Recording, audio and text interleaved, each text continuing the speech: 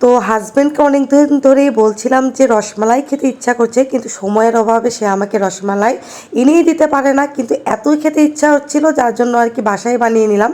তো আমি এখানে 1 কেজি পরিমাণ দুধ দিয়ে রসমালাই বানিয়েছি।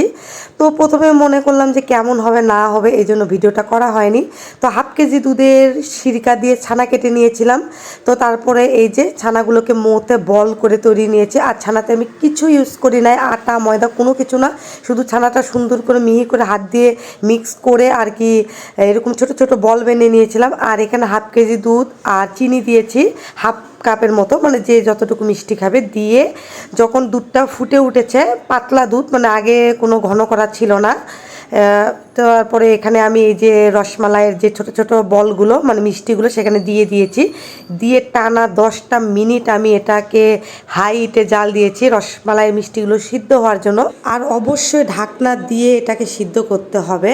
তো সাধারণত আমরা রসমালাই কীভাবে বানাই বলো তো, আগে ছানাটা মিষ্টি বানিয়ে নিয়ে আলাদা শিরার মধ্যে মিষ্টিগুলো তৈরি করে এরপরে ঘন দুধের মধ্যে দিই, কিন্তু এটা অনেক ঝামেলার।